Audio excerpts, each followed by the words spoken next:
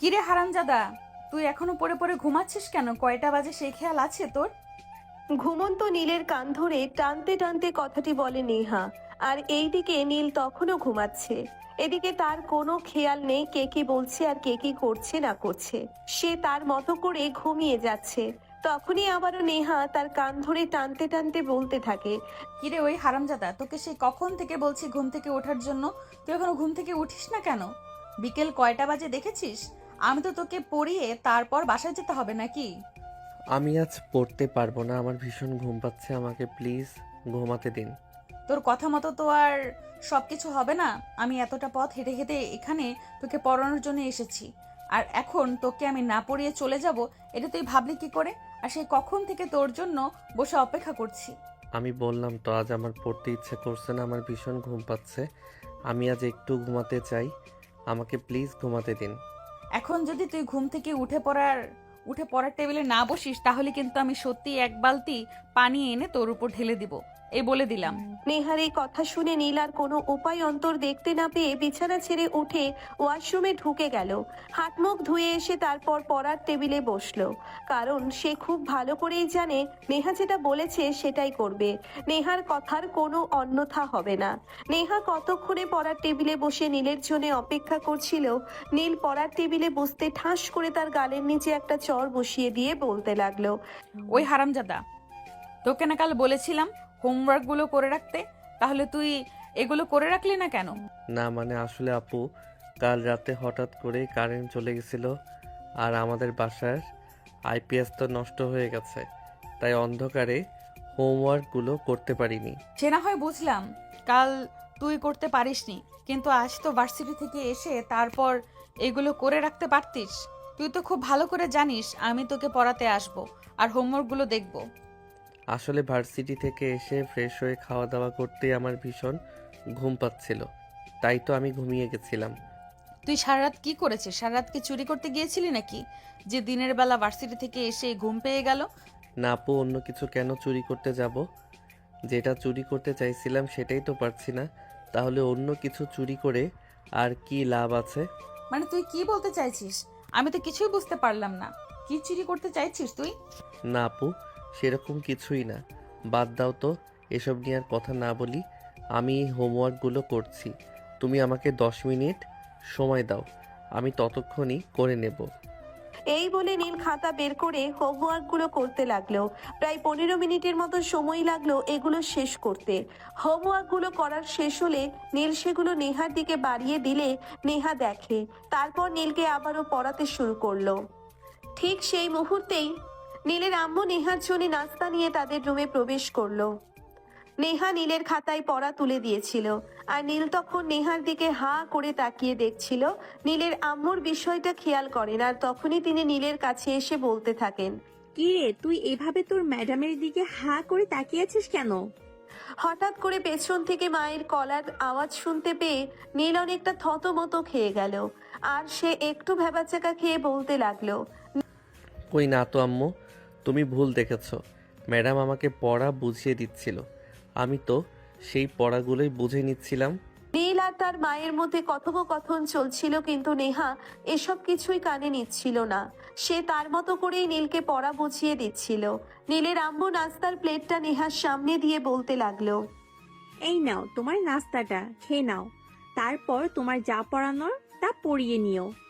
দেখুন আন্টি, আপনাকে একটা কথা বলে রাখি, আপনি এভাবে প্রতিদিন আমার জন্য নাস্তা বানিয়ে আনতে যাবেন না। এমন নয় যে আমি বাসা থেকে না খেয়ে এখানে চলে আসি। আপনি নাস্তা দিলে তারপর সেটা খেয়ে আমার পেট ভরাবো। আরে বাবা, তুমি বিষয়টাকে ওভাবে দেখছো কেন? আমি ওভাবে কোনো কিছুই মিন করিনি। তুমি আমার ছেলেকে পড়াতে আসো, আর আমাদের বাড়িতে আসা প্রত্যেকটা প্রাইভেট টিউটোরিয়ালকেই আমি সবসময় নাস্তা দিয়ে থাকি। এক্স্যাক্টলি আন্টি, আমি আপনাকে সেটাই বোঝাতে চাইছিলাম। আমাকে দয়া করে আর 5টা টিউটরের সঙ্গে গুলিয়ে ফেলবেন না। হ্যাঁ ভিউয়ার্স, আপনারা একদম ঠিকই শুনেছেন, নেহা এই কথাটাই নীলের আম্মুকে বলছিল। তার কারণ অন্য সবাই টাকার জন্য টিউশন পড়ায়, কিন্তু নেহার সেরকম কোনো প্রয়োজন নেই। নেহার বাবা যথেষ্ট অবস্থা সম্পন্ন একজন ব্যক্তি, শহরে বেশ কয়েকটা ব্যবসা রয়েছে ওনার, আর সেটা দিয়ে ওনার ফ্যামিলি খুব ভালোভাবেই চলে যায়। তো আপনারা এখন কি ভাবছেন, এত কিছু থাকার পরেও নেহা কেন নীলকে টিউশন পড়ায়? এটার পেছনেও যথেষ্ট কারণ রয়েছে। নীলকে যেই টিউশন টিচার টিউশন পড়াতো, সে হঠাৎ করেই গ্রামের বাড়িতে চলে গেছে আর ঢাকায় ফিরে আসবে না। এদিকে কয়েকদিন পরেই নীলের অনার্স ফাইনাল ইয়ারের পরীক্ষা। এই মুহূর্তে তার টিউশন বন্ধ হয়ে গেলে পড়াশোনার একটা বিঘ্ন অবস্থা তৈরি হবে, আর সেজন্যই নীলের পাপা নীলের জন্য টিউশন টিচার খুঁজতে থাকেন। কিন্তু সেরকম কোনো ভালো টিউশন টিচার তিনি খুঁজে পাচ্ছিলেন না। তখনই হঠাৎ করেই একদিন নেহার বাবার সঙ্গে একটা কফি হাউসে ওনার দেখা হয়ে গেল। সেই দিনই নীলের বাবা নেহার বাবার সঙ্গে বিষয়টা খুলে বলেন। এদিকে নেহা অনার্স শেষ করেছে এই তো 1 বছর আগে। বিভিন্ন জায়গায় চাকরির জন্য ইন্টারভিউ দিয়ে যাচ্ছে, কিন্তু চাকরিটা হচ্ছে না। নেহা পড়াশোনা শেষ করে চাকরি নেওয়ার ইচ্ছে পোষণ করেছে। এদিকে তার মা বাবা তাকে বিয়ে দেওয়ার জন্য উঠে পড়ে লেগেছে, কিন্তু সে কোনোভাবেই চাকরি না নিয়ে বিয়ে করবে না, আর সেজন্যই বাড়িতে বসা রয়েছে। সেদিন বিকেলবেলা বাড়িতে আসার পর নেহার বাবা ড্রয়িং রুমে বসে নেহার আম্মুর সঙ্গে গল্প করছিল আর উক্ত বিষয়টা নিয়ে আলোচনা করছিল। তখনই কথাটা শুনে ফেলে নেহা, আর তাই সে তার বাবাকে বলতে থাকে। আচ্ছা বাবা, ঠিক আছে, কোনো সমস্যা নেই। তুমি আঙ্কেলকে বলে দিও পরীক্ষার আগ পর্যন্ত যে কয়দিন আছে সেই কয়দিন আমি নীলকে টিউশনি পড়াবো। এসব তুই কি বলছিস? অবশেষে কিনা চাকরি পাচ্ছিস না বলে তুই টিউশন পড়াবি? এটা তো আমি মেনে নিতে পারছি না। আমার টাকা পয়সা অর্থ সম্পদ কোন জিনিসটার অভাব আছে যার কারণে তোকে টিউশন পড়তে হবে? দেখো বাবা, কথাটা এখনো টাকা পয়সা বা অর্থ সম্পদের নয়। ছেলেটা পড়াশোনায় যথেষ্ট ভালো, আমি যতদূর শুনেছি আর কি। এখন যদি পরীক্ষার আগে এসে টিউশনি পড়াতে না পারে, তাহলে তো পরীক্ষার রেজাল্ট খারাপ হবে। তখন মেয়ের কথায় সম্মতি জানালেন নেহার আম্মু। তিনি তখন নেহার বাবাকে বলেন নেহার বাবা যেন নেহাকে অনুমতি দেয় নীলকে টিউশন পড়ানোর জন্য। নেহার বাবাও তখন মেয়ে এবং স্ত্রীর কথায় অমত করতে পারেনি। তিনি তাদের কথায় সম্মতি পোষণ করেন এবং সেদিন রাতেই নীলের বাবাকে এই খবরটা ফোন করে জানিয়ে দেন। পরের দিন বিকালবেলা নেহা নীলদের বাসা চিনত। বিকাল 3টে বাজতেই নেহা বাসা থেকে বের হয়ে হাঁটতে হাঁটতে নীলদের বাড়িতে চলে আসে।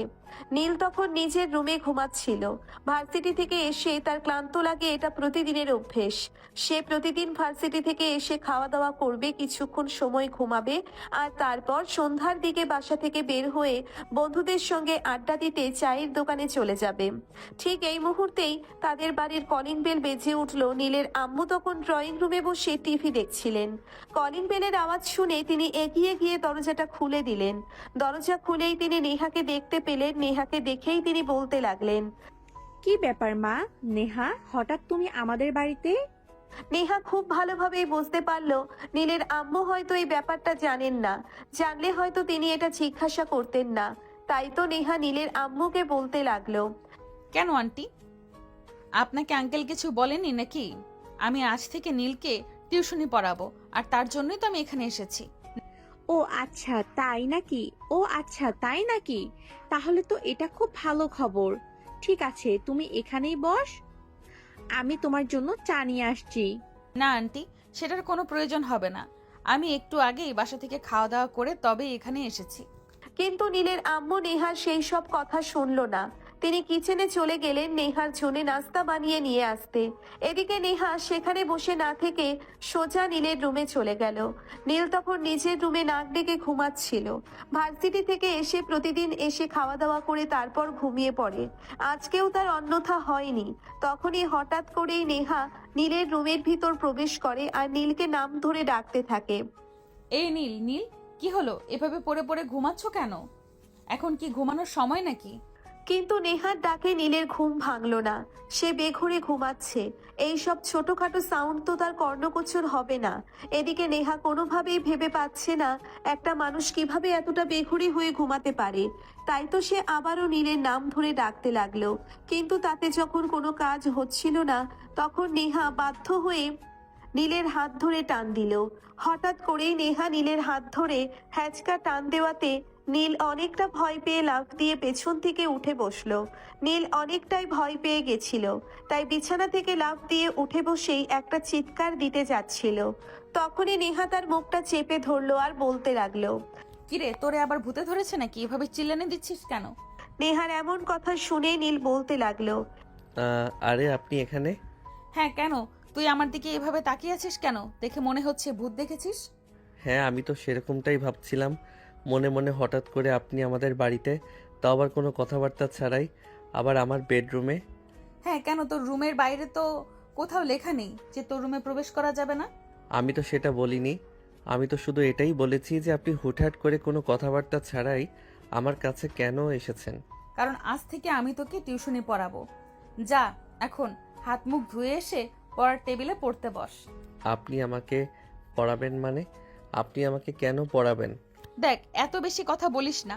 এত বেশি কথার উত্তর দেওয়ার মুডে আমি নেই। তোকে যেটা বলেছি তুই সেটাই কর। আমার সঙ্গে তর্ক করা আমি একদমই পছন্দ করি না। আরে এই যা, আমি আপনার সঙ্গে তর্ক কোথায় করলাম? আমি তো শুধু আপনাকে জিজ্ঞাসা করেছি, আমার আব্বু কি আপনাকে বলেছিল নাকি আমাকে টিউশন পড়ানোর কথা? নয়তো কি আমি যেচে তোর এখানে এসেছি নাকি? তোর বন্ধু বলেছে বলেই তো এসেছি। আচ্ছা ঠিক আছে, কোনো সমস্যা নেই। আপনি একটু অপেক্ষা করুন, আমি কিছুক্ষণের মধ্যেই আসছি। এই বলে নীল বিছানা থেকে নেমে ওয়াশরুমে চলে গেল। কিছুক্ষণের মধ্যেই ফ্রেশ হয়ে এসে পড়ার টেবিলে বসলো। নীল পড়ার টেবিলে বসা মাত্রই নেহা নীলের বই নিয়ে বেশ কিছুক্ষণ বইয়ের পাতা উল্টাতে লাগলো, আর তারপরে বলতে লাগলো। কোন সাবজেক্টে তোর সব থেকে বেশি প্রবলেম সেটাই আগে আমাকে বলতে হবে, সেখান থেকেই আমি শুরু করি। আমার তো সব বিষয় প্রবলেম, আপনি কোন বিষয়ে পড়াবেন সেটা বলুন। তোর যে বিষয়গুলোতে প্রবলেম রয়েছে আমি সবগুলো বিষয়ই পড়াবো। এখন তাহলে শুরু করা যাক। এই বলে নেহা সবার প্রথমেই অঙ্ক বই নিয়ে পড়াতে শুরু করলো। আর এভাবেই শুরু হলো তার প্রথম দিনের টিউশন পড়ানো প্রায় অর্ধেক হয়ে গেছে। তখনই নীলের আম্মু চা নাস্তা নিয়ে নীলের রুমে প্রবেশ করলো। নীল তখন অঙ্ক করছিল, তার আম্মু নাস্তা ট্রে টেবিলের উপর রাখতে রাখতে নেহাকে বলতে লাগলো। নেহা, পড়াটা পড়ে শেষ কর, আগে নাস্তাটা খেয়ে নাও। আরে আন্টি, তোমাকে না বললাম আমার নাস্তা লাগবে না? আমি একটু আগে বাসা থেকে খাওয়া দাওয়া করে তবে এসেছি। তারপরও তুমি কেন কষ্ট করে আমার জন্য নাস্তা বানাতে গেলে? আরে বাবা, সে তুমি নাস্তা করে আসো আর না করে আসো, তাতে বা কি যায় আসে? আমার বাড়িতে কেউ এসে নাস্তা না করে চলে যাবে, সেটা কি করে হতে পারে নাকি? এই নাও, বেশি কিছু করিনি, অল্প চা নাস্তা বানিয়ে নিয়ে এসেছি, এটা খেয়ে নাও আর তারপর পড়াও। এই বলে নীলের আম্মু রুম থেকে বের হয়ে চলে গেল। নেহা নাস্তা না খেয়ে চায়ের কাপটা হাতে তুলে নিয়ে প্লেটটা এক সাইডে সরিয়ে রাখলো আর চায়ের কাপে চুমুক দিতে লাগলো। নীল ভীষণ অবাক হলো, একজন মানুষ নাস্তা না খেয়ে শুধু চায়ের কাপ হাতে নিল। এটা দেখে সে লেখা বন্ধ করে নেহার দিকে হাঁ করে তাকিয়ে আছে। নেহা চা খেতে খেতে নীলের দিকে তাকায়। সে দেখতে পায় নীল তার দিকে হাঁ করে তাকিয়ে আছে, তাই সে নীলকে বলতে লাগে। কিরে, চা খাবি নাকি? এভাবে আমার দিকে হা করে তাকিয়েছিস কেন? আমি চা খাওয়ার জন্য তাকিয়ে নেই, আমি তো এই জন্যই তাকিয়ে আছি যে আম্মু এতগুলো নাস্তা দিয়ে গেল, কিন্তু আপনি শুধু চায়ের কাপটা হাতে তুলে নিলেন আর বাকি নাস্তাগুলো সাইড করে রেখে দিলেন, তাই? কারণ ওগুলো আমি খাবো না। আর আমি প্রচন্ড চা প্রেমিক মানুষ, আমি চায়ের ব্যাপারে কখনোই কম্প্রোমাইজ করি না। এই বলে নেহা চায়ের চমক দিতেই মনোযোগ দিল, আর এদিকে নিয়ে নীলের পড়াশোনায় এভাবেই চলে গেল তাদের সেদিনের দিনটা। পড়া শেষ হলে নেহা সেখান থেকে নিজের বাড়িতে চলে গেল। আর এদিকে নীল বিকালে নাস্তা করার জন্যে ডাইনিং টেবিলে আসে। তখনই তার আম্মু তাকে বলতে থাকে পড়া কেমন হয়েছে। নীল তার আম্মুকে জানায় তার পড়ার এক্সপিরিয়েন্স ভালোই ছিল। নীলের আম্মু তখন আর কোনো কথা না বলে নীলকে নাস্তা খেতে দিলেন। সে নাস্তা খেয়ে বাইরে বন্ধুদের সঙ্গে আড্ডা দিতে চলে গেল। আড্ডা দেওয়া শেষ হলে রাত 10টার দিকে সে বাড়িতে ফিরে আসে। তারপর রাতের খাবার খেয়ে ঘুমিয়ে পড়ে। পরের দিন আবার সকালবেলা যথাসময়ে ভার্সিটিতে চলে আসে। ভার্সিটিতে এসেই দেখতে পায় তার গার্লফ্রেন্ড রিয়া ক্যাম্পাসের একপাশে বসে আছে। রিয়াকে দেখা মাত্রই নীল রিয়ার দিকে এগিয়ে গেল। রিয়া তখন সেখানে বসে বসে ফেসবুকে স্ক্রল করছিল। নীল তার পাশে গিয়ে বসতে এসে মোবাইলটা রেখে নীলের দিকে তাকালো আর তারপরে বলতে লাগলো। কি ব্যাপার, আজ এত লেট হলো কেন? তুমি তো প্রতিদিন আরো আগে চলে আসো।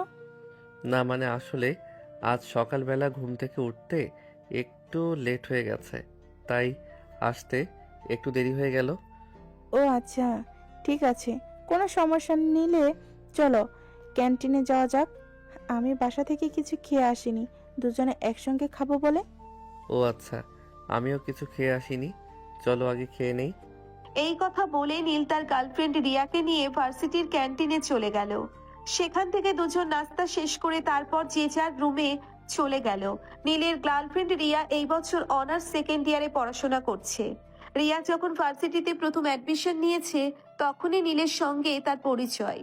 তারপর থেকে আস্তে আস্তে কথা বলা, আর সেখান থেকেই তাদের প্রেমের শুরু।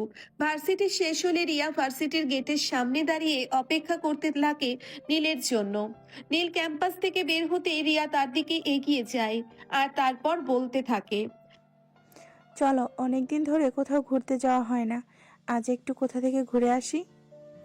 কিন্তু বেবি, এটা তো হবে না, কারণ আমার টিউশন আছে। আমার বাবা আমার জন্য নতুন টিউশন টিচার রেখেছে, এখন তো আমি কোথাও যেতে পারবো না। আরে বেবি, তুমি এভাবে কেন বলছো? আমি কখন বললাম তোমার চাইতে আমার টিউশন টিচার বড় হয়ে গেল? আমাকে টিউশন তো করতে হবে, সামনেই আমার ফাইনাল ইয়ারের এক্সাম। এখন যদি আমি ঠিকমতো পড়াশোনা না করি তাহলে এক্সামের রেজাল্ট খারাপ হবে। হলে হোক, তাতে আমার কিছু আসে যায় না।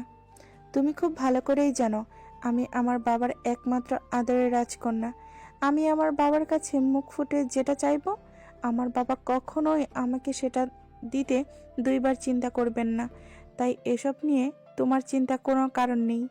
এই কথা শুনে নীল রিয়াকে বলতে থাকে, রিয়ার এসব ব্যাপার নিয়ে কোনো চিন্তা না থাকলেও নীলের অনেক চিন্তার কারণ আছে। নীলের বাবার অর্থ সম্পদ, টাকা পয়সা কোনো কিছুর কমতি আছে, ব্যাপারটা সেরকম নয়। ব্যাপার হলো নীল তার বাবার একমাত্র সন্তান, তার বাবার সমস্ত সম্পত্তির একমাত্র উত্তরাধিকারী তার বাবার পরে নীল হবে এইসব সম্পত্তির একচ্ছত্র মালিক। আর সেই সবকিছুর জন্য নীলকে আগে নিজেকে প্রস্তুত করতে হবে, সেই সবকিছুর উপযুক্ত প্রমাণ করতে হবে, তবেই নীলের বাবা সবকিছু নীলের নামে উইল করে দিবেন, এমনটাই তিনি বলে রেখেছেন। তাছাড়া আর নীল নিজেও ছোটবেলা থেকে প্রতিজ্ঞাবদ্ধ বাবার সমস্ত কিছু পাওয়ার উপযুক্ত প্রমাণ করে তবেই সে বাবার অফিসে বসবে। আর তার জন্যই সে পড়াশোনায় এতটা গুরুত্ব দেয়। কিন্তু তার গার্লফ্রেন্ড রিয়া এইসবের কোনো তোয়াক্কা করে না। তার কথা হলো কোনো রকম নিজের মতো করে জীবনটা পার করতে পারলেই হলো, সেখানে মা বাবার কথা এত মেনে চলার কি আছে? তবে নীল ফ্যামিলি ভক্ত না হলেও মা বাবার কথা মেনে চলতে ভীষণ পছন্দ করে, আর সব সময় সে মা বাবার কথা মেনে চলে। এদিকে নীল তার গার্লফ্রেন্ড রিয়াকেও ভীষণ ভালোবাসে, চাইলেও রিয়ার সঙ্গে সে ব্রেকআপ করতে পারে না। রিয়ার সঙ্গে যখন রিলেশনে জড়িয়েছিল তখন তো সবকিছু ঠিকঠাক ছিল, কিন্তু ইদানিং রিয়া এমন হয়ে গেছে সবসময় সে নীলকে উস্কানিমূলক কথাবার্তা বলে থাকে। নীল না পারছে এখন এসব কিছু সহ্য করতে, আর না পারছে রিয়াকে ছেড়ে এ সম্পর্ক থেকে পিছিয়ে আসতে। তাই নীল পড়েছে মহা ঝামেলায়, এসে কি করবে কিছুই ভেবে পাচ্ছে না। এদিকে রিয়া তখন আবারও নীলকে বলতে থাকে, কি হলো নীল, তুমি এভাবে চুপচাপ দাঁড়িয়ে আছো কেন?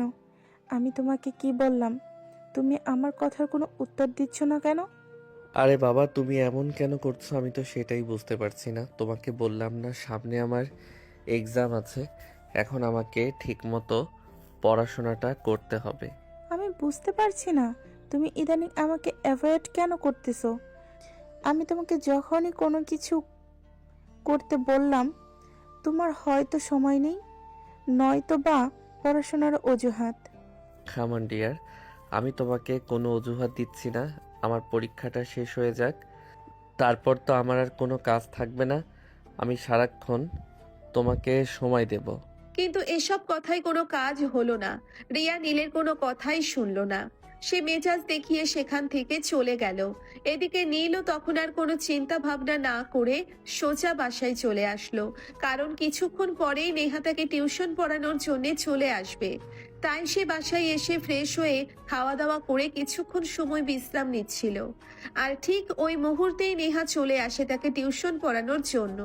এভাবেই চলতে থাকে তাদের দিনগুলো। এদিকে সেদিকে ঝগড়া করে চলে যাওয়ার পর থেকে রিয়া নীলের সঙ্গে কোনো কথা বলছে না, নীলের ফোন রিসিভ করছে না। নীল বিভিন্নভাবে তার সঙ্গে যোগাযোগ করার চেষ্টা করলেও সে নীলের সঙ্গে কোনো যোগাযোগ কন্টিনিউ করছে না। নীল এসব কিছু নিয়ে একটু চিন্তিত হয়ে পড়ে, কারণ রিয়াকে সে সত্যিই ভালোবাসে। কিন্তু রিয়া কেন তার এই ব্যাপারটা বুঝতে পারে না, এটাই তার বোঝা আসে না। কিন্তু এসব কিছু নিয়ে এখন বেশি চিন্তা করা একদম চলবে না, কারণ আগামী সপ্তাহেই তার এক্সাম। সেদিন রাতের বেলা নীলের বাবা বাড়িতে এসে নীলকে নিজের রুমে ডেকে নিলেন আর বলতে লাগলেন, কি ব্যাপার বাবা, সামনের সপ্তাহে তো তোমার এক্সাম আছে, তোমার প্রিপারেশন কেমন চলছে? এই তো আব্বু, আলহামদুলিল্লাহ। তুমি দোয়া করো শুধু, সব ঠিকঠাক হয়ে যাবে। ইনশাল্লাহ। এটা আমি তো সব সময় তোমার জন্য আল্লাহর কাছে দোয়া করি যেন তোমার সঙ্গে সব সময় ভালো কিছুই হয়। তুমি শুধু মনোযোগ দিয়ে পড়াশোনাটা করো, পরিশ্রম করলে তার ফল নিশ্চয়ই আল্লাহ দিবেন। হ্যাঁ আব্বু, তুমি একদম ঠিক কথাই বলেছ। প্রথমত আল্লাহর উপর ভরসা রাখতে হবে, আর দ্বিতীয়ত আমাদেরকে পরিশ্রম করতে হবে। এই বলে বাবা বসে বসে গল্প করতে লাগলো। এভাবেই কেটে গেল বেশ কিছুক্ষণ সময়। তখনই নীলের আম্মু বেডরুমে প্রবেশ করেন। বাবা ছেলের গল্প শুনতে শুনতে তিনি বলতে থাকেন, কি ব্যাপার, আমি খাবার টেবিলে খাবার রেডি করছি, কখন থেকে তোমাদের দুজনকে ডেকেই চলেছি, আমার কথা কি তোমাদের কান পর্যন্ত পৌঁছায় নাই নাকি? বলে তারা সবাই মিলে খাবার টেবিলে চলে গেল।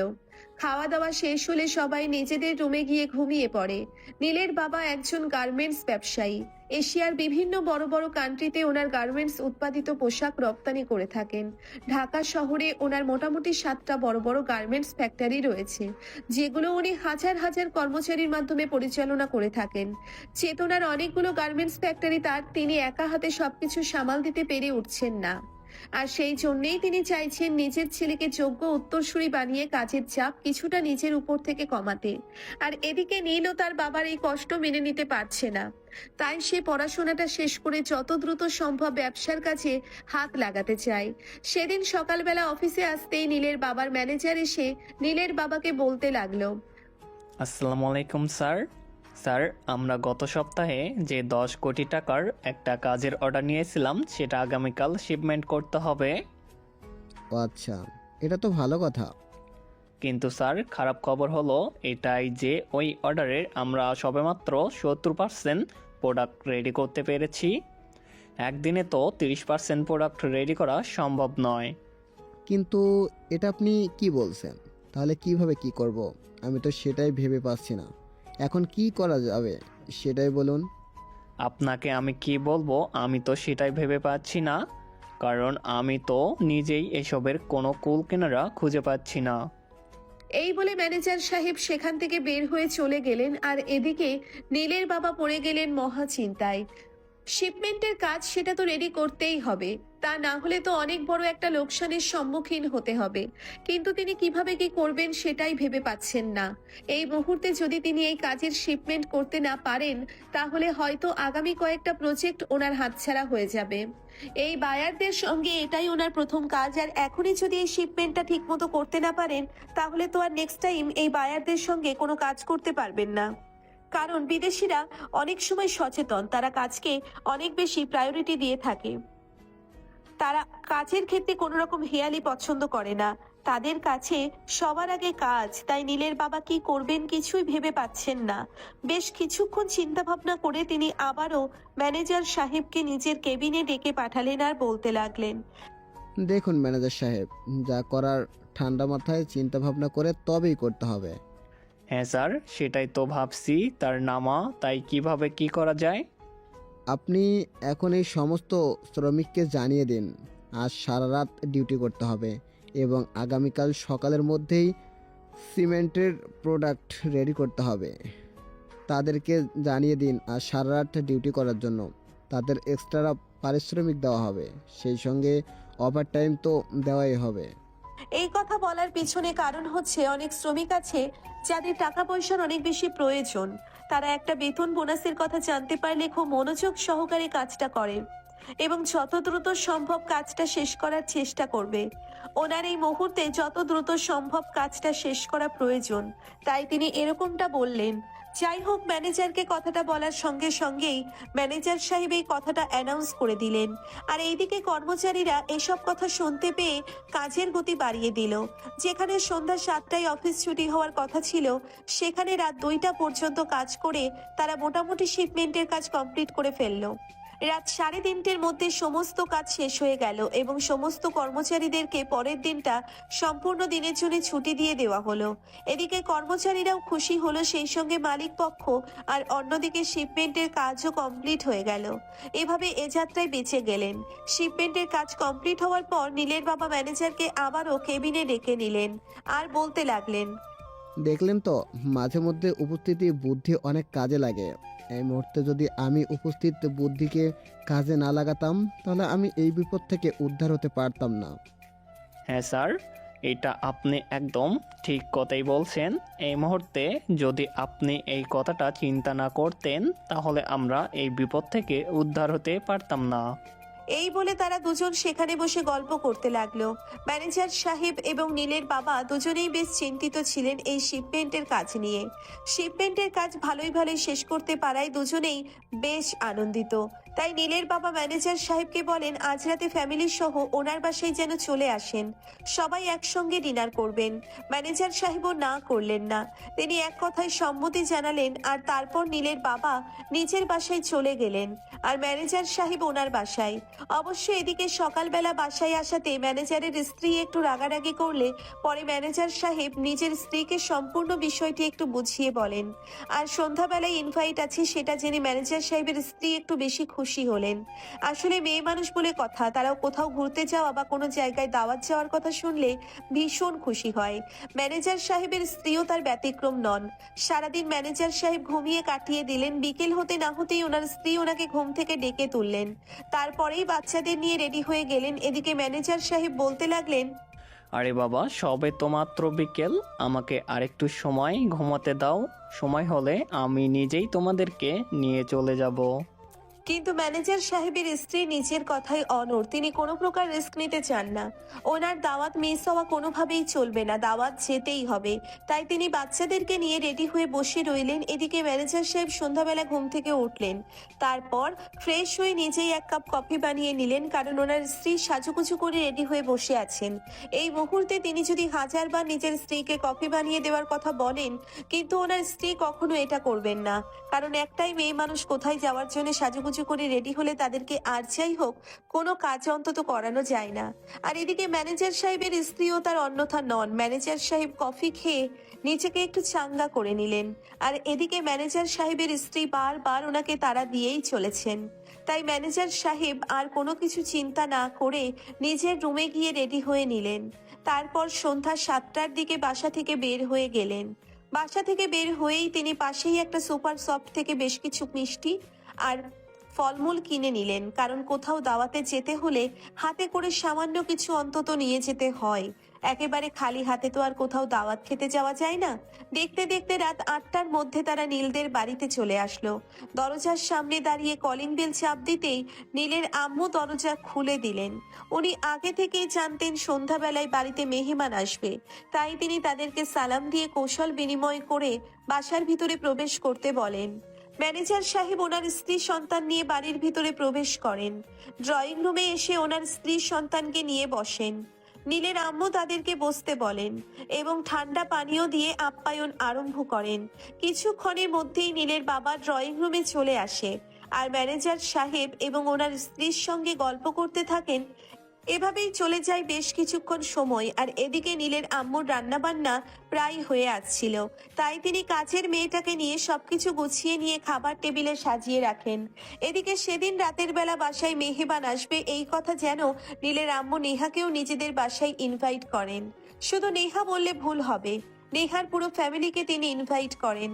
যদিও নেহা কোনো ইনভাইটেশনে সচরাচর অ্যাটেন্ড করে না, কিন্তু নীলের আম্মু অনেক রিকোয়েস্ট করে বলাতে নেহা তার পরিবারের সবাইকে নিয়ে সেখানে চলে আসে। রাত 8:30টার মতো বাজে। নেহা এবং তার ফ্যামিলির সবাই নীলদের বাড়িতে এসে পৌঁছতেই নেহা সেখানে এসেই সোজা নীলের রুমে চলে গেল।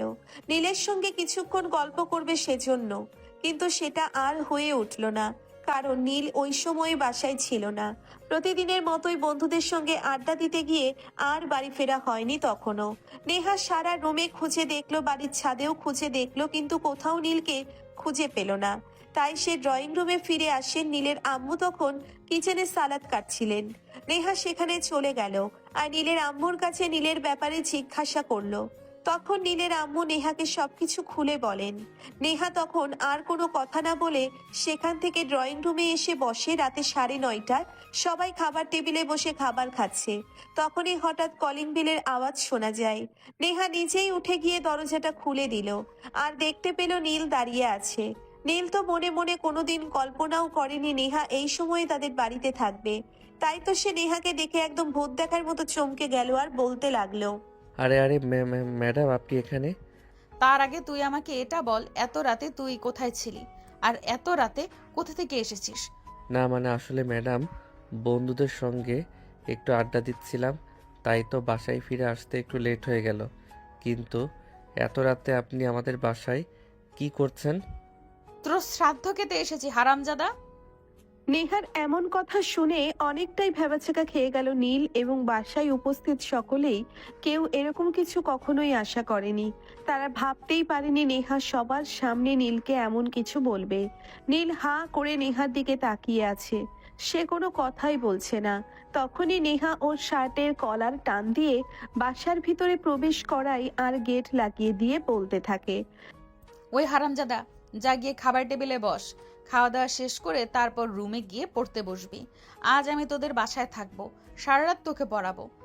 নেহার এমন কথা শুনে উপস্থিত সবাই আরো অনেক বেশি অবাক হয়। আর নেহার দিকে তাকিয়ে নীলের বাবা বলতে থাকে, কিন্তু মামুনি, এত রাতে জেগে থাকলে তো তুমি অসুস্থ হয়ে যাবে। আমার কিচ্ছু হবে না আঙ্কেল, এইসব কিছু নিয়ে আপনাকে কোনো চিন্তা করতে হবে না। আপনারা খাওয়া দাওয়া করে নিজেদের রুমে গিয়ে ঘুমিয়ে পড়ুন। আমি আজ সারা রাত নীলকে পড়াবো।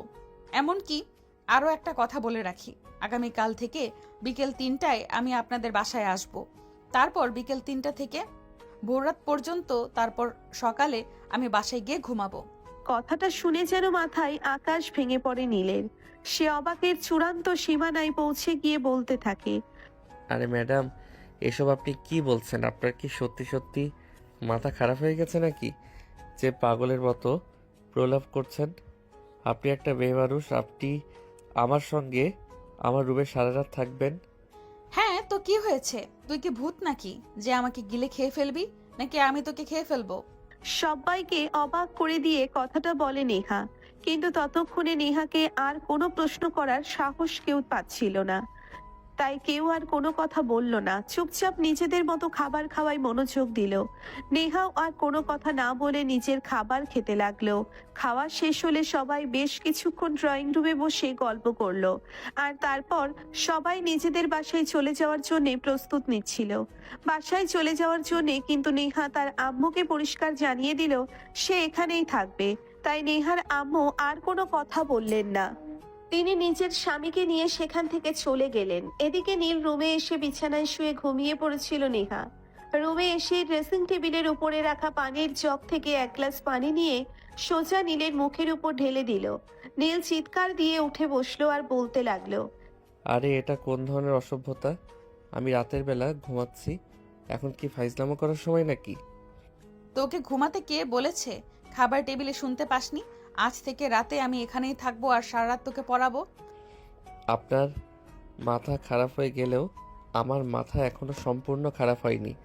আমার মাথা এখনো ঠিক আছে। সারা রাত পড়বো মানে আমি ঘুমাবো কখন? আমি তোকে রাত 3টা পর্যন্ত পড়াবো আর তারপর ঘুমাবি। সকাল 8টায় ঘুম থেকে উঠে ভার্সিটিতে যাবি। এইটুকু ঘুমই তোর জন্য যথেষ্ট।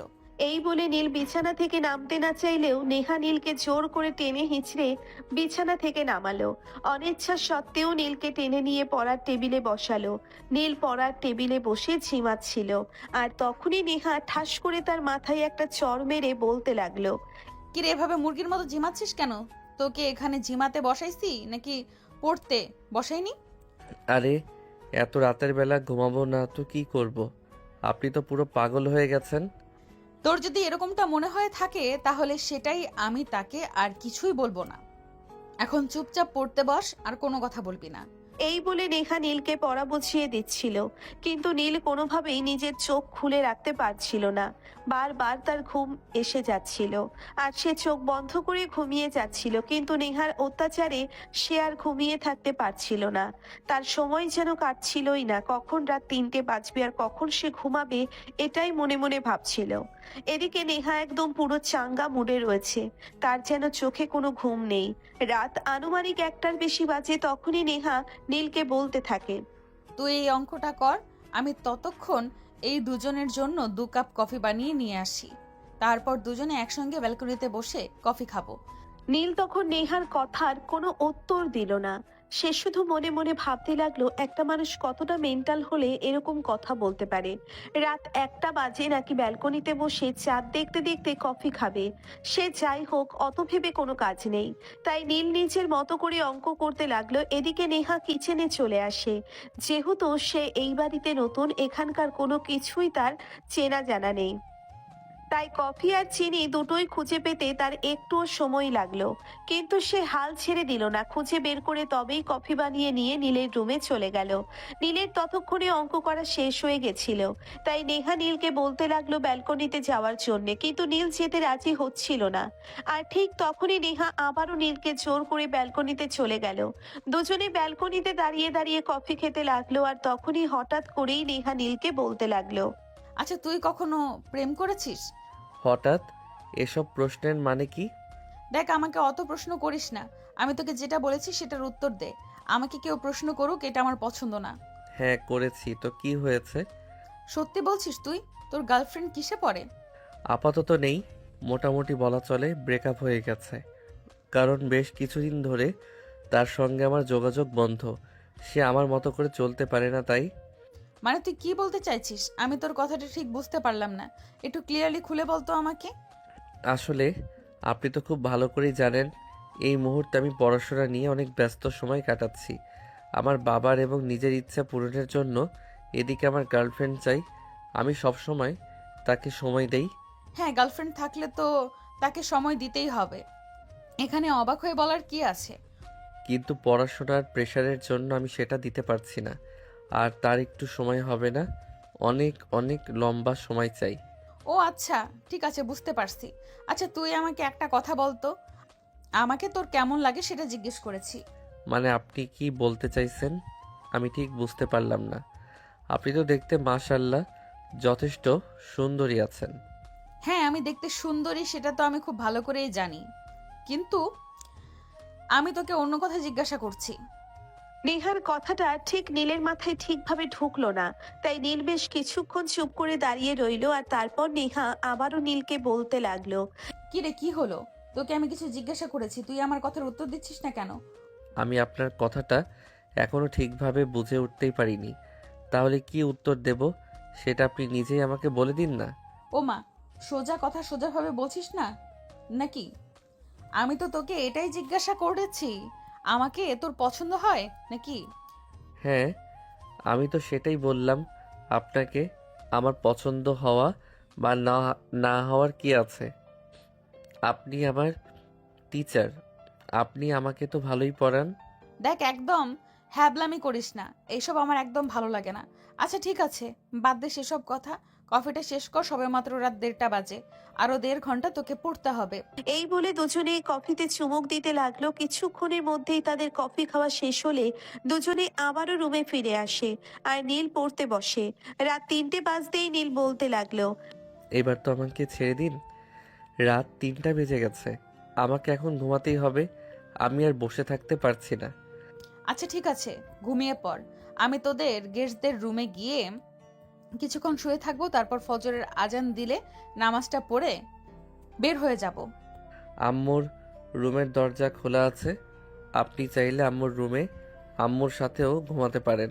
নীল কথাটা নেহাকে উদ্দেশ্য করে বলে, কিন্তু নেহার কানে সেই কথা পৌঁছানোর আগেই নেহা রুম থেকে বের হয়ে চলে যাচ্ছিল।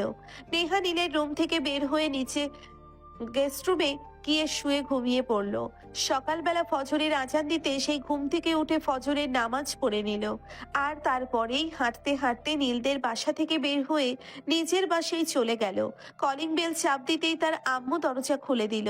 এত সকালবেলা নেহাকে বাসায় ফিরে আসতে দেখে তিনি ভীষণই অবাক হন আর বলতে থাকেন, এটা কি ব্যাপার? তুই এত সকাল থেকে কোথা থেকে আসলে?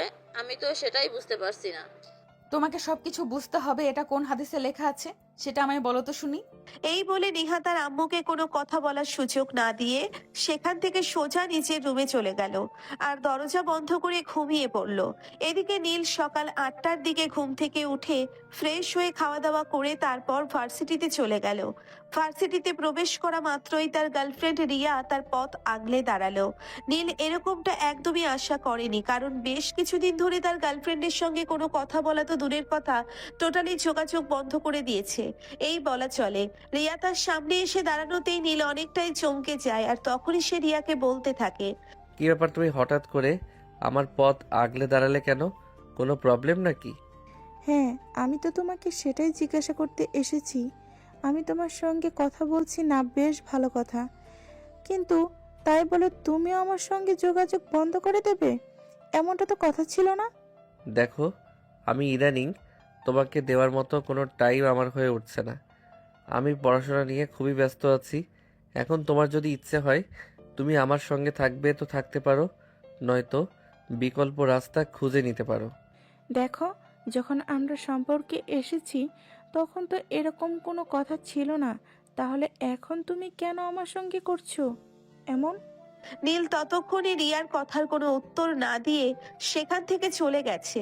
রিয়া বেশ কিছুক্ষণ অবাক হয়ে সেখানে দাঁড়িয়ে থাকে আর ঠিক তখনই রিয়ার এক ফ্রেন্ড পিছন থেকে রিয়ার কাঁধে হাত রাখে আর বলতে থাকে, কি ব্যাপার রিয়া, তুমি এখানে কি করছো? রিয়া তখন কোনো কথাই বলে না, চুপচাপ দাঁড়িয়ে আছে, নীলের চলে যাওয়া দেখছে। তখনই আবারও শুভ রিয়াকে বলতে থাকে, কাম অন রিয়া, তোমাকে আমি আগেই বলেছিলাম এইসব প্লেবয় টাইপের ছেলেদের সঙ্গে মিশো না। ওরা ফুলের মধু খাওয়া শেষ হয়ে গেলে ফুলটাকে জাস্ট ছুঁড়ে ফেলে দেয়। দেখো প্লিজ, এভাবে বলো না নীল। এরকম ছিল না কেন যে হঠাৎ করে এরকম হয়ে গেছে? আমি তো সেটাই বুঝতে পারছি না। হ্যাঁ এক্স্যাক্টলি, আমি তোমাকে এটাই বলতে চাইছিলাম। শুরুতে কোনো ছেলেই এরকম থাকে না, সময়ের সাথে সাথে সবাই বদলে যায়। যাই হোক শোন, তোমাকে ফ্রিতে একটা অ্যাডভাইস দেই, এই ছেলের পেছনে পড়ে থেকে লাভ নেই। তার চাইতে বরঞ্চ এটাই ভালো হয় তুমি আমার সঙ্গে রিলেশনে আসো। এসব কি বলছো তুমি? হ্যাঁ, মাথা খারাপ হয়ে গেছে নাকি? যেখানে তুমি খুব ভালো করেই জানো আমি নীলের সঙ্গে রিলেশনে আছি, সেখানে তুমি ডিরেক্ট আমাকে প্রেমের প্রস্তাব দিচ্ছ? প্রেমের প্রস্তাব নয়, তুমি চাইলে আমি তোমাকে বিয়ে করতে পারি। বলো কবে তোমার বাসায় বিয়ের প্রস্তাব পাঠাতে হবে? শুভর এরকম কথা শুনে ভীষণ রকম অবাক হয় রিয়া। সে কখনো ভাবতেও পারেনি একটা ছেলে একটা মেয়ে অন্য একটা ছেলের সঙ্গে রিলেশনে থাকা অবস্থাতেও ডিরেক্টর বিয়ের প্রস্তাব দিতে পারে। তাই রিয়া শুভকে বলতে থাকে সত্যি সত্যি রিয়াকে বিয়ে করতে চায়। তাহলে রিয়া এই প্রস্তাবে রাজি আছে, কারণ সে নিজের এই অবহেলা কোনোভাবেই মেনে নিতে পারছে না। সে নীলকে দেখিয়ে দিতে চায় সেও কিছু করতে পারে, নীলের জন্যে তার জীবন থেমে থাকবে না। নীল তাকে যতটা অবহেলা করছে সে নীলকে ততটাই যন্ত্রণা দিতে চায়, কারণ রিয়া খুব ভালো করেই জানে নীল তাকে খুব বেশি ভালোবাসতো, কিন্তু ইদানিং কোনো কারণে যে নীল তাকে অবহেলা করছে এটাই তার বুঝে আসছে না। এদিকে রিয়ার মতো সুন্দরী মেয়েকে বিয়ে করতে কেনই বা চাইবে, তাই শুভ এক কথায় রাজি হয়ে গেল আর বলতে লাগলো আগামী সপ্তাহেই সে তার ফ্যামিলিকে নিয়ে রিয়ার বাসায় যাবে। বিয়ে প্রস্তাব দিতেই অতঃপর দুজনে কথা বলতে বলতে নিজেদের ক্লাসরুমে চলে গেল। আর এভাবেই চলে গেল বেশ কিছুদিন। পরের সপ্তাহে শুক্রবার সকালবেলা শুভ রিয়াকে ফোন করে জানায় সে তার ফ্যামিলিকে নিয়ে আজ বিকেলেই রিয়াদের বাড়িতে আসবে। রিয়া খবরটা শুনে ভীষণ খুশি হয়। সে তার আম্মুকে সবকিছু খুলে বলে আর সবকিছু শুনে তার আম্মুও সম্মতি জানায় এবং মেহমানদের আপ্যায়নের ব্যবস্থা করেন। শুভ তার ফ্যামিলিকে নিয়ে বিকাল 3টার দিকে রিয়াদের বাড়িতে আসে। সবাই মিলে ড্রয়িং রুমে বসে অনেকক্ষণ গল্প গুজব করে আর তারপরে এই শুভর আম্মু সবকিছু রিয়ার ফ্যামিলিকে খুলে বলে রিয়ার ফ্যামিলিও তাদের প্রস্তাবে রাজি হয়ে যায়, কারণ সবার ফ্যামিলি ব্যাকগ্রাউন্ড ভালো, ছেলেটাও চারিত্রিক দিক দিয়ে মোটামুটি ভালোই বলা চলে। তাই বিয়ের প্রস্তাবে না করার মতো কোনো ওয়ে খুঁজে পান না রিয়ার ফ্যামিলি।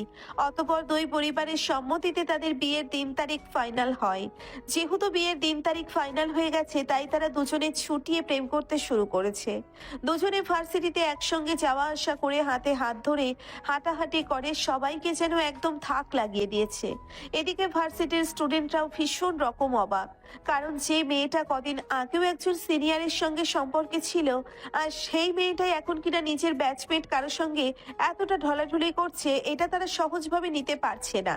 তাই তারা এই খবরগুলো নীলের কানে পৌঁছে দেয়। এদিকে নীলের এক্সাম শুরু হয়ে গেছিল। ঠিক ওই মুহূর্তেই নীল এই খবরটা জানতে পারে।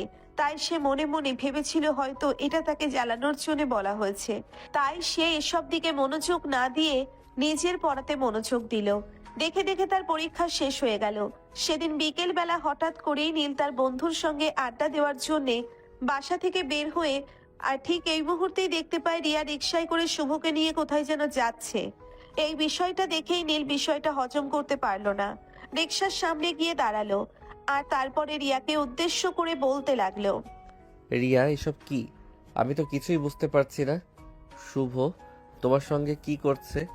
এই শুভ, তুমি রিয়ার সঙ্গে একই রিকশায় কেন? আমার হবু বউয়ের সঙ্গে একই রিক্সায় আমি থাকবো না তো কে থাকবে বলেন শুনি? শুভর এমন কথা শুনে মাথায় আকাশ ভেঙে পড়ল নীলের। সে কোনো কিছুই বুঝতে পারছে না এসব কি হচ্ছে তার সঙ্গে। তাই তো সে আবারও রিয়াকে বলতে লাগলো। এটা শোনার পর রিয়া নীলকে যেটা বললো সেটা শোনার জন্য নীল একদমই প্রস্তুত ছিল না। রিয়া নীলকে তখন বলতে লাগলো, কি হলো রিয়া, তুমি কোনো কিছু বলছো না কেন? শুভ এসব কিছু কি বলছে? সব কিছু তো আমার মাথার উপর দিয়ে যাচ্ছে, আমি কোনো কিছু বুঝতে পারছি না। তোমার তো অত কিছু বোঝার কোনো প্রয়োজন নেই। তুমি তো তোমার পড়াশোনা নিয়েই ব্যস্ত থেকেছো। না হলে তোমার বাবার সম্পত্তি তোমার হাতছাড়া হয়ে যাবে। কিন্তু আমার একজন মানুষ প্রয়োজন, যেটা তোমাকে আমি কখনোই বোঝাতে পারিনি।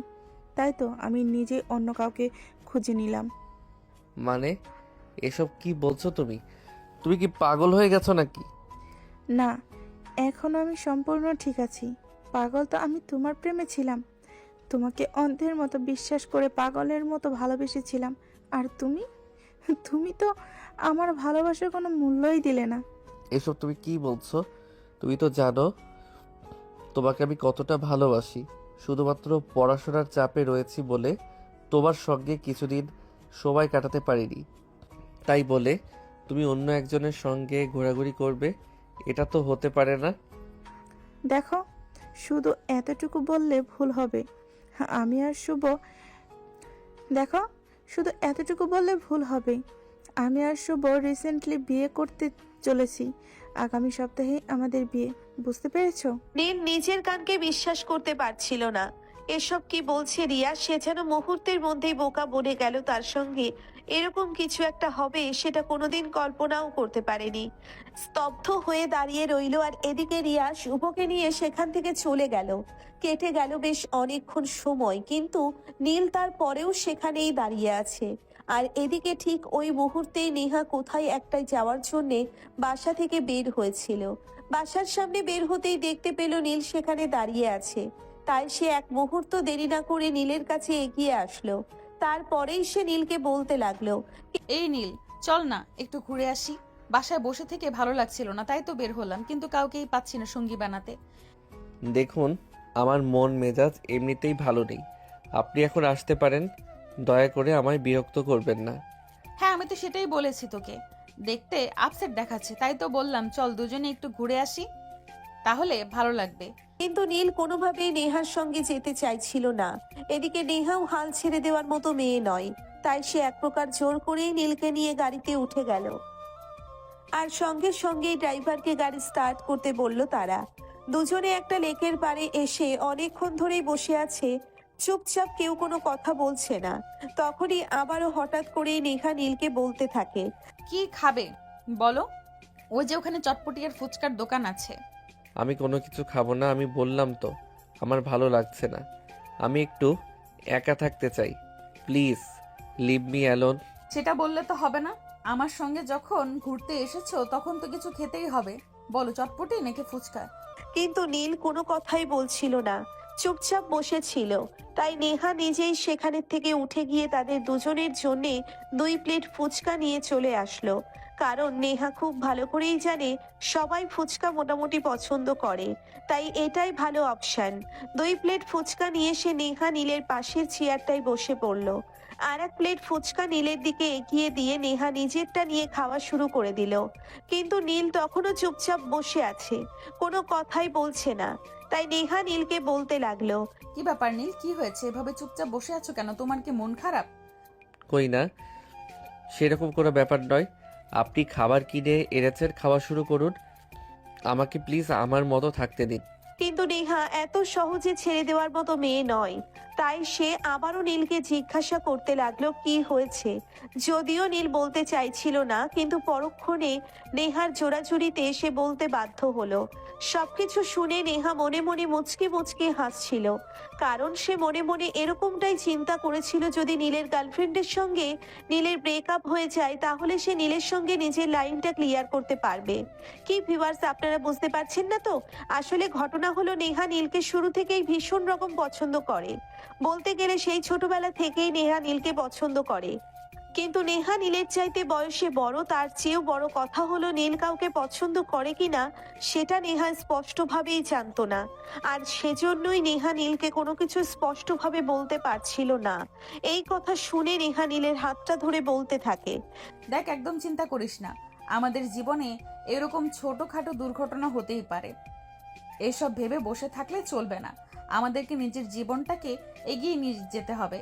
ধরো, আপনি বুঝতে পারছেন না, মেয়েটাকে আমি ভীষণ রকম ভালোবাসতাম, কিন্তু মেয়েটা আমার সঙ্গে এরকম কিছু করবে এটা আমি কোনোদিন কল্পনাও করতে পারিনি। কেন যে আমার সঙ্গে এরকম কিছু হচ্ছে আমি বুঝতেই পারছি না। দেখো, সে তোমাকে কখনো ভালোবাসেনি।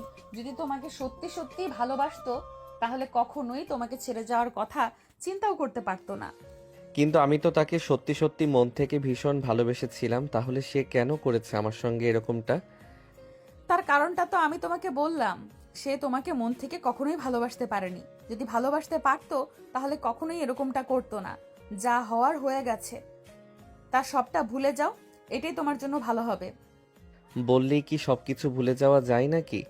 আমি তো তাকে ভীষণ রকম ভালোবাসতাম। আমি কি চাইলেই এত সহজে তাকে ভুলে যেতে পারবো? তখনই নেহা আবার নীলকে বলতে থাকে, চাইলে ভুলে যাওয়া সম্ভব, কারণ যে মানুষটা আমাদের, সে মানুষটাকে মনে রেখে কোনো লাভ নেই। নতুনভাবে জীবনকে সাজাতে হবে, জীবনকে গুছিয়ে নিতে হবে। কারোর জন্য বসে থেকে জীবনটাকে অগোছালো করে রাখার কোনো মানেই হয় না। এই বলে সে প্রসঙ্গ পাল্টে নিয়ে আবারও নিজের সঙ্গে গল্প করতে থাকে। এদিকে কখন যে বিকেল গড়িয়ে সন্ধ্যা হয়ে গেছে সেটা তাদের কারোর খেয়ালই ছিল না। সন্ধ্যা নেমে আসতেই হঠাৎ করে আকাশটা কালো মেঘে ছেয়ে গেল। এই বুঝি এখনই ঝুম বৃষ্টি নামবে, তাই তো নেহা নীলকে বলতে লাগলো, নীল, চলো এখান থেকে উঠে যাওয়া যাক। এখনই বৃষ্টি নামবে মনে হয়। নেহার এই কথা শুনে নীল আকাশের দিকে তাকাতে দেখতে পেল সারা আকাশ কালো মেঘে ছেয়ে গেছে। তাই সে উঠে দাঁড়ালো আর গাড়িতে গিয়ে বসলো। তারপর দুজনে মিলে বাসায় চলে আসে। নেহা নিজের বাসার সামনে নেমে যায় আর ড্রাইভারকে বলে দেয় নীলকে তার বাসার সামনে নামিয়ে দিতে। নীল বাসায় এসে বিছানায় শুয়ে শুয়ে ভাবতে থাকে রিয়া কেন তার সঙ্গে এরকম করলো। সে কোনো কুল কিনারা খুঁজে পাচ্ছে না, কেন এমনটা করেছে তার সঙ্গে। সে মোবাইল হাতে নিয়ে রিয়ার নাম্বারে ফোন দেয়। প্রথমবার কল হওয়াতে রিসিভ করলো না। দ্বিতীয়বার কল হওয়ার পরে রিয়া ফোনটা রিসিভ করে আর তারপরে রিয়া নীলকে বলতে থাকে, কি ব্যাপার, কি সমস্যা তোমার? তুমি এভাবে বারবার আমাকে কল দিচ্ছ কেন? রিয়া, তুমি কেন করলে আমার সঙ্গে এরকমটা? তুমি একটাবার বলো এই সব কিছুই মিথ্যা, তুমি আমাকেই ভালোবাসো আর আমার সঙ্গেই থাকবে? কখনোই না। আমি তোমার সঙ্গে থাকলে তাহলে তো তুমি আমাকে মূল্য দিতে। তুমি যখন আমি থাকতে আমাকে মূল্য দিতে পারোনি, এখন দয়া করে এসব ফাজলামো করতে এসো না। Please Riya, try to understand. আমি তোমায় ভীষণ ভালোবাসি। কিন্তু সেই কথা রিয়ার কান পর্যন্ত পৌঁছলো না। তার আগেই রিয়া ফোন কেটে দিয়ে নীলের নাম্বারটা ব্লক করে দিয়েছে।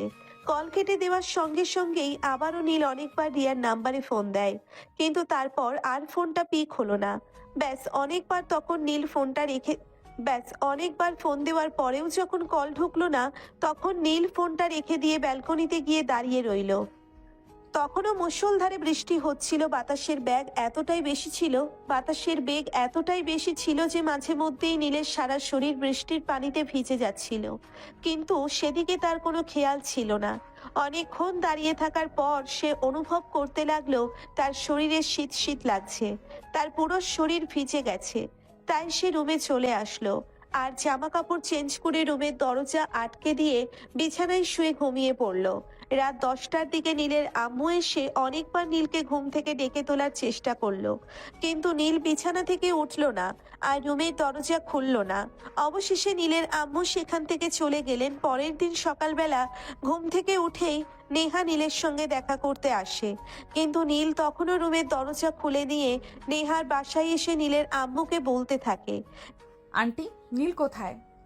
নীল তো নিজের রুমে রয়েছে সেই কখন থেকে, তাকে ডাকছি কিন্তু এখনো ঘুম থেকে উঠছে না। কাল কোথা থেকে যে এসে রুমের দরজা দিয়েছে, রাতের খাবারটা খাওয়ার জন্য অনেকবার ডেকেছি, কিন্তু তারপরও একবারও রুম থেকে বের হয়নি। নেহা ততক্ষণে ব্যাপারটা খুব ভালোভাবেই বুঝতে পারলো, তাই সে কোনো কথা না বলেই নীলের রুমে চলে গেল আর অনেকবার তার রুমের দরজার সামনে দাঁড়িয়ে ডাকাডাকি করলো, কিন্তু তাতে কোনো লাভ হলো না। নীল কোনো কথাই বলল না, আর রুমের দরজা খোলা তো অনেক দূরের কথা। এদিকে নেহা অনেকবার নীলের মোবাইল নাম্বারে কল দিল, কিন্তু ফোন সুইচ অফ বলছে। রুমের ভেতর কি হচ্ছে কেউ কোনো কিছু বুঝতেই পারছে না। এদিকে বেলা ঘোরাতে লাগলো, দুপুর হতে চললো, কিন্তু নীলকে অনেকবার ডাকাডাকি করার পরেও সে কোনো সাড়া শব্দ করছে না আর রুমের দরজা খুলছে না। সবাই বেশ চিন্তিত হয়ে পড়ল। সবাই মিলে সিদ্ধান্ত নিল এবার রুমের দরজা ভাঙা হবে। তাই তারা রুমের দরজা ভেঙেই রুমের ভিতরে প্রবেশ করে, আর তখনই দেখতে পায় নীল সেন্সলেস হয়ে বিছানার উপর পড়ে আছে। তাই তারা তাড়াহুড়ো করে নীলকে নিয়ে হসপিটালে চলে গেল। ডাক্তার দেখানো হলো নীলের হার্ট অ্যাটাক হয়েছে। এই কথা শুনে সবাই ভীষণ অবাক হলো। তারা কেউ ভাবতেই পারেনি এইটুকু বয়সে হার্ট অ্যাটাকের মতো কিছু হতে পারে। অতঃপর ডাক্তার তাদের সবাইকে সম্পূর্ণ ব্যাপারটা একটু ভালোভাবে বুঝিয়ে বলল, আসলে হার্ট অ্যাটাকের জন্য নির্দিষ্ট কোনো বয়সের প্রয়োজন হয় না। মানসিক চাপ, টেনশন আর দুশ্চিন্তা এগুলোই যথেষ্ট। সেদিন সন্ধ্যাবেলা নীলের জ্ঞান ফিরে আসলো। ডক্টর খবরটা তার ফ্যামিলির মানুষকে দেওয়া মাত্রই সবাই ছুটে গেল নীলের কেবিনে। ডাক্তার তাদেরকে শুধুমাত্র একবার চোখের দেখার অনুমতি দিল, তার সঙ্গে কোনো কথা বলার অনুমতি দিলেন না।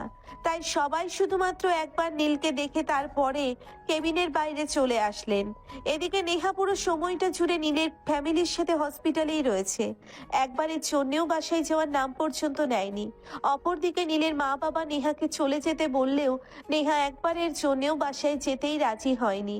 সেই সবাইকে পরিষ্কারভাবে জানিয়ে দেয় নীল যতক্ষণ পর্যন্ত সম্পূর্ণ সুস্থ না হচ্ছে ততক্ষণ পর্যন্ত সে এখানেই থাকবে। উল্টে সে নীলের ফ্যামিলির সবাইকে বলে বাসায় চলে যেতে, সে একাই নীলের কাছে থাকবে, সে একাই নীলের দেখাশোনা করতে পারবে। এদিকে নীলের মা বাবা দুজনেও ভীষণ ক্লান্ত ছিল, তাই তারা নেহার উপর ভরসা করে বাসায় চলে গেল। সারা রাত একা একাই নেহা হসপিটালে নীলের পাশে বসে রইল। নীলকে ঘুমের ইনজেকশন দেওয়া হয়েছে, সে ঘুমাচ্ছে। পরের দিন সকালে নেহার ফ্যামিলির সবাই এবং নীলের ফ্যামিলির সবাই হসপিটালে চলে আসে। সকাল 11টার দিকে নীলের ঘুম ভাঙে। চোখ মেলে তাকিয়ে দেখে নেহা তার পাশে তার হাত ধরে বসে আছে। তার দুই চোখ কান্না করতে করতে একদম ফুলে গেছে। এটা দেখে নীল বলতে থাকে, কি ব্যাপার, আপনি এখানে কেন? আর আপনার চোখ দুইটা এত ফোলা ফোলা কেন? ও কিছু না, তোমার শরীর এখন কেমন আছে? তুমি ঠিক আছো তো? কাল রাতে কি হয়েছিল তোমার? এক নিঃশ্বাসে সবগুলো প্রশ্ন করে নেহা। আর তখনই নীল নেহার এরকম একটা প্রশ্ন করতে থাকা দেখে বলতে থাকে, আরে ম্যাডাম, আস্তে আস্তে এতগুলো প্রশ্ন আপনি যদি একসঙ্গে করেন তাহলে আমি কোনটা রেখে কোনটার উত্তর দিব সেটাই তো ভেবে কুল পাই না। আপনি আমাকে আস্তে আস্তে প্রশ্ন করুন আর আমি ধীরে সুস্থে আপনার প্রশ্নের সমস্ত উত্তর দিচ্ছি। আমি তো এখান থেকে পালিয়ে যাচ্ছি না। তখন নেহা থেমে যায়, আর কোনো কথাই বলে না। বেশ কিছুক্ষণ চুপ করে থাকার পর নীল বলতে থাকে, জানি না কাল ওখান থেকে আসার পর হঠাৎ করে আমার কি হয়ে গেল, আমি তো সুস্থভাবে বিছানায় শুয়েছিলাম। হঠাৎ করেই বুকে সামান্য ব্যথা হচ্ছিল। তারপর কি হয়েছে আর কিছু বলতে পারি না। শরীর খারাপ লাগছিল এই কথাটা তো বাসার কাউকে বলা যেত, তাহলে তো আর এতটা খারাপ অবস্থা হতো না। আমি কি জানতাম না কি এতটা খারাপ হয়ে যাবে? আমি তো ভেবেছিলাম একটু পর ছেড়ে দিবে। ওই মুহূর্তেই ফ্যামিলির সবাই এসে কেবিনের ভিতরে প্রবেশ করলো। নেহা উঠে দাঁড়ালো আর তারপরে সবাই একে একে নীলকে প্রশ্ন করতে লাগলো। নীল সবার প্রশ্নের উত্তর দিতে গিয়ে হাঁপিয়ে যাচ্ছিল। এক পর্যায়ে সে বিরক্ত হয়ে আর কোনো কথাই বলে না, চুপচাপ তাদের কথা শুনছিল। এভাবেই কেটে গেল বেশ কিছুক্ষণ সময়। তারপর নীলের আম্মু নেহাকে বাসায় গিয়ে ফ্রেশ হতে বলে, কিন্তু নেহা যেতে চাইছিল না নীলকে রেখে। কিন্তু টানা 2 দিন ধরে হসপিটালে থাকায় নেহার চেহারার অবস্থা একদম বিচ্ছিরি হয়ে গেছিল। তাই নীল সেটা দেখে নিজেই নেহাকে বাসায় গিয়ে ফ্রেশ হয়ে তারপর আসতে বলল। নীলকে কথা তো আর নেহা ফেলে দিতে পারে না, নীলের কথা তো আর নেহা ফেলে দিতে পারে না। তাই সে বাধ্য হয়ে বাসায় চলে গেল। ফ্রেশ হয়ে খাওয়া দাওয়া করে কিছুক্ষণ সময় বিশ্রাম নিল আর তারপর বিকালের মধ্যেই আবারও হসপিটালে চলে আসলো। 3 দিন পর নীলকে হসপিটাল থেকে বাসায় রিলিজ করা হলো। এখন সে আলহামদুলিল্লাহ আল্লাহর রহমতে সুস্থ আছে। এই কদিন ধরে টানা নেহা নীলের সেবা যত্ন করেছে, যে ব্যাপারটা 2 ফ্যামিলিরই সবার চোখে পড়েছে। তাই তো নীলের বাবা নেহাকে নিজের রুমে ডেকে নিয়ে বলতে লাগলেন, যদি কিছু মনে না করো তাহলে মামনি, তোমায় আমি কিছু জিজ্ঞাসা করতে পারি? নীলের বাবার এই কথা শুনে নেহা মাথা নেড়ে হ্যাঁ সূচক সম্মতি জানালো। আর তারপর নীলের বাবা নেহাকে বলতে লাগলো, জানি না আমার কথাটা তুমি কিভাবে নেবে, কিন্তু আমার এরকমটাই মনে হয়েছে, তাই তোমাকে বলছি। তাই নয় কি? আরে আঙ্কেল, আপনি এভাবে কেন বলছেন? আপনি আমার বাবার মতো যে কোনো কথা নিঃসংকোচে আমায় বলতে পারেন। বলুন কি বলবেন। তুমি কি আমার ছেলে নীলকে পছন্দ করো? তাকে বিয়ে করতে চাও? নীলের বাবার এমন কথায় ভ্যাবাচেকা খেয়ে গেল নেহা। সে কি বলবে কিছুই ভেবে পাচ্ছিল না। চুপ করে মাথা নিচু করে দাঁড়িয়ে রইল। যখনই আবারও নীলের বাবা তাকে বলতে থাকে, দেখো, এভাবে চুপ করে থাকার মতো কিছুই হয়নি। আমি তোমার বাবার মতোই। তোমার মনের ভিতর কি আছে সেটা স্পষ্টভাবে আমায় জানতে পারো। নেহা নীলের বাবাকে সবকিছু খুলে বলে আর এটা বলেছে সে নীলকে অনেক দিন ধরেই পছন্দ করে, সেই ছোটবেলা থেকে। কিন্তু সাহস পাচ্ছিল না তাকে এই কথাটা বলার। নেহার কথা শুনে নীলের বাবা বুঝতে পারেন, তাই তিনি নেহাকে বলেন।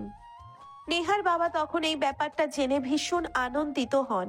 আর তিনি তখন বলতে থাকেন তারা নিজেরাই ছোটবেলা থেকে নীল আর নেহার বিয়ের সম্বন্ধ ঠিক করে রেখেছিলেন। কিন্তু তারা মনে মনে ভেবেছিল নেহার বাবার ছেলে সন্তান হবে আর নীলের বাবার মেয়ে সন্তান। কিন্তু ঘটনাক্রমে পুরো ঘটনাটাই উল্টে গেল, কারণ দুজনেরই বিপরীত লিঙ্গের সন্তান জন্ম নিল। তাই তারা এই কথাটা এতদিন আর প্রকাশ করেনি। কিন্তু এখন যখন নেহা নিজেই নীলকে পছন্দ করে আর বিয়ে করতে চায়, তাই তিনি এই বিয়ের সম্বন্ধ পাকাপোক্ত করতে চান। নীলের বাবার এমন সিদ্ধান্তের কথা জেনে নেহা ভীষণ খুশি হয় আর খুশিতে লাফাতে লাফাতে নিজেদের বাড়িতে চলে গেল। এদিকে নীলের বাবা পরের দিন বিকালবেলা নেহার বাবার অফিসে চলে গেলেন আর নেহার বাবার সঙ্গে সমস্ত কথাবার্তা ফাইনাল করলেন। অপরদিকে নীল এসবের কোনো কিছুই জানতো না। তাই তো সেদিন বিকালবেলা নেহা নিজের নীলের কাছে এসে সবকিছু খুলে বলল। নীল এসবের জন্য একদমই প্রস্তুত ছিল না, তাই সে একটু ভ্যাবাচ্যাকা খেয়ে বলতে থাকে, এসব আপনি কি বলছেন? আপনার মাথা খারাপ হয়ে গেছে নাকি? আপনি জানেন আপনি আমার চাইতে সিনিয়র।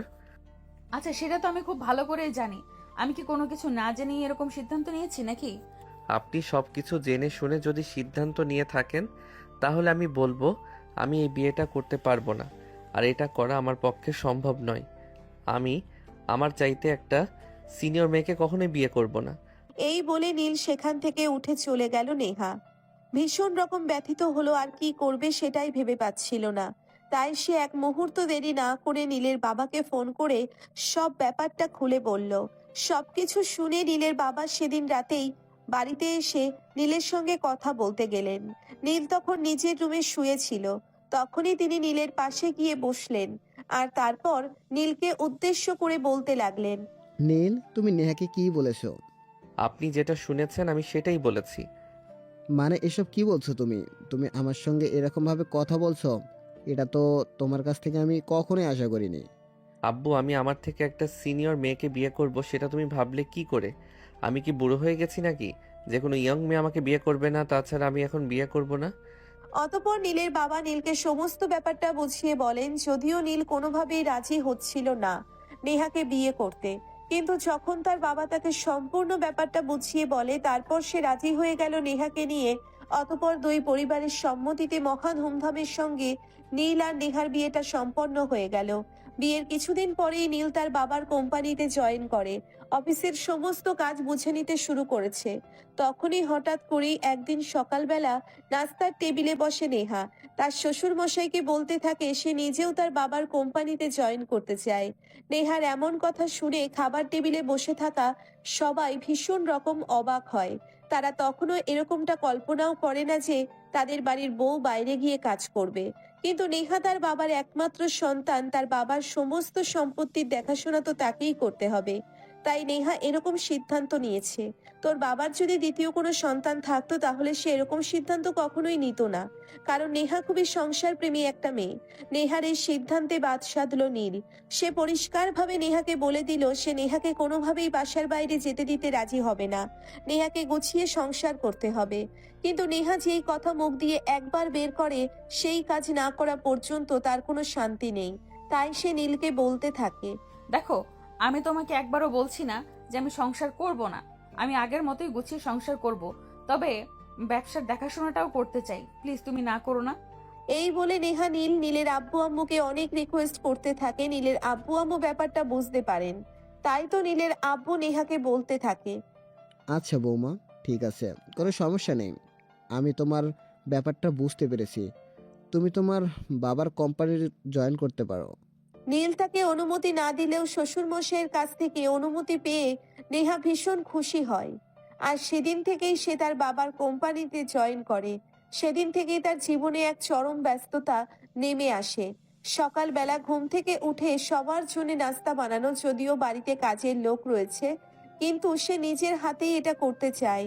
তারপর অফিস থেকে এসে আবারও সবার জন্য রাতের খাবার তৈরি করা। সব মিলিয়ে এক দারুণ ব্যস্ততার মধ্যে সময় কাটছে নেহার। দেখতে দেখতে মোটামুটি 3 বছর পার হয়ে গেছে তাদের বিয়ের বয়স। হঠাৎই একদিন শুক্রবার বিকালে ব্যালকনিতে বসে দুজনে একসঙ্গে কফি খাচ্ছিল। নীল নেহার হাতটা ধরে বলতে থাকে, দেখো, এ পর্যন্ত তোমাকে কোনো রিকোয়েস্ট করিনি। আজ তোমাকে একটা রিকোয়েস্ট করতে চাই, তুমি আমার কথাটা রাখবে। আরে তুমি এভাবে কেন বলছো? তুমি আমার হাজবেন্ড, তুমি কোনো কথা বললে আমি সেটা রাখবো না, এমনটা হতে পারে নাকি? বলো, তুমি আমাকে কি বলবে? দেখো, এবার আমি চাই আমাদের সংসারটা একটু বড় হোক। মানে তুমি কি বলতে চাইছো আমি বুঝতে পারছি না।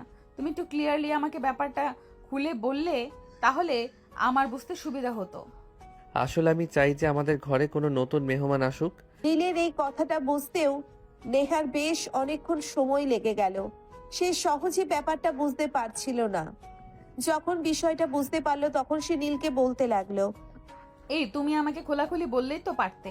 আমি তো নিজেই এরকমটাই ভাবছিলাম। আমি তো নিজেই ভাবছিলাম তোমাকে এই কথাটা বলবো, কিন্তু তারপর তুমি কি মনে করবে সেটা ভেবে আর বলা হয়ে উঠছিল না। এখন যেহেতু দুজনের চিন্তা ভাবনা এক হয়ে গেছে, তাহলে তার কোনো সমস্যাই রইল না। বলেই নীল নেহার হাতটা চেপে ধরলো আর শক্ত করে ধরে নেহার হাতে একটা চুমু খেলো। নেহা নীলের কাঁধে মাথা রেখে বসে আছে আর বলছে, জানি অনেকদিন ধরেই তোমার পেছনে পড়েছিলাম। আমি কখনো ভাবতেও পারিনি তোমাকে আমি আমার জীবনে পেয়ে যাব। আমিও চাই আমাদের জীবনে একজন আসুক আর আমাদের সংসারটা একদম পরিপূর্ণ হয়ে উঠুক। এ কথা শুনে নীলের মাথায় একটু দুষ্টু বুদ্ধি এঁটে গেল।